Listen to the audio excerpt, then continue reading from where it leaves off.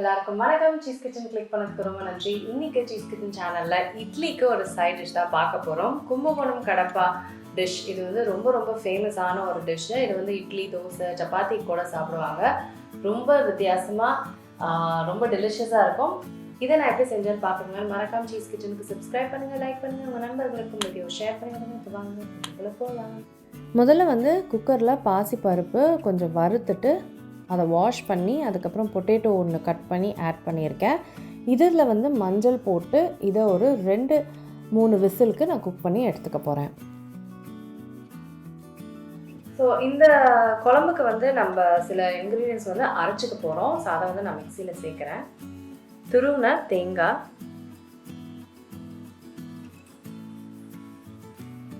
பொட்டுக்கடலை, சோம்பு, பூண்டு, பச்சை மிளகாய், இஞ்சி.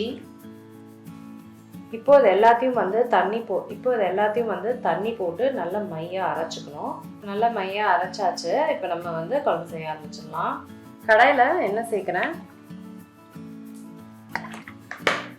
எண்ணெயில் பட்டை, லவங்கம், பிரிஞ்சி இலை, சோம்பு சேர்க்குறேன்.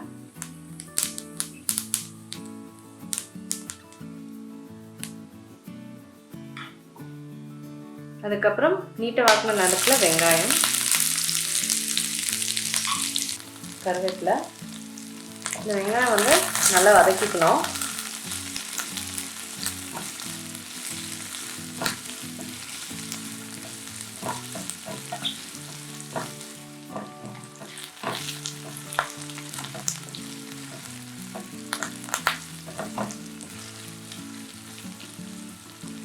வெங்காயம் வந்து வதங்கிடுச்சு கொஞ்சம். இப்போ தக்காளி கொஞ்சம் சேர்த்துக்கலாம்.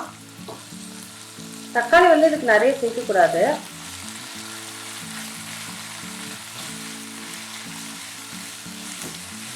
தக்காளி வந்து கொஞ்சம் வதங்க ஒரு 2 மினிட்ஸ் கொடுக்கலாம். இப்போ தக்காளி நல்லா வதங்கிடுச்சு. இப்போ இதில் வேக வச்ச உருளைக்கிழங்கு சேர்த்துக்கிறேன். அதுக்கப்புறம் வேக வச்ச பாசிப்பருப்பு, அப்புறம் தண்ணி,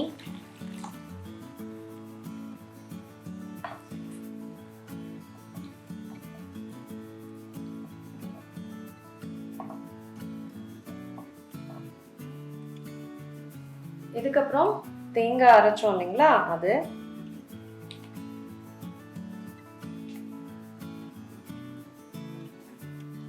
அதுக்கு தேவையான தண்ணி, கல்லுப்பு. இது எல்லாத்தையும் மிக்ஸ் பண்ணிவிட்டு கொதி வந்துச்சுன்னா நம்மளுக்கு இந்த சூப்பரான கடப்பா ஸ்பெஷல் ரெடி ஆகிடுச்சு.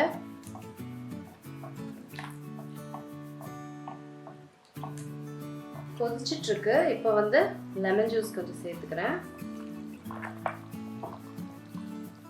அதுக்கப்புறம் கொத்தமல்லி.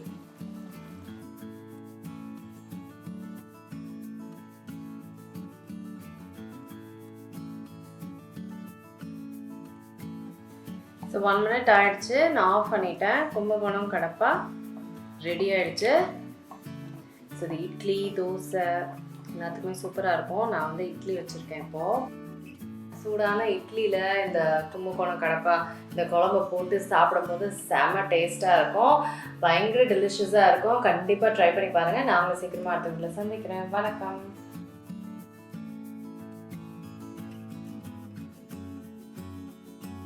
இருங்க எங்கே போகிறீங்க?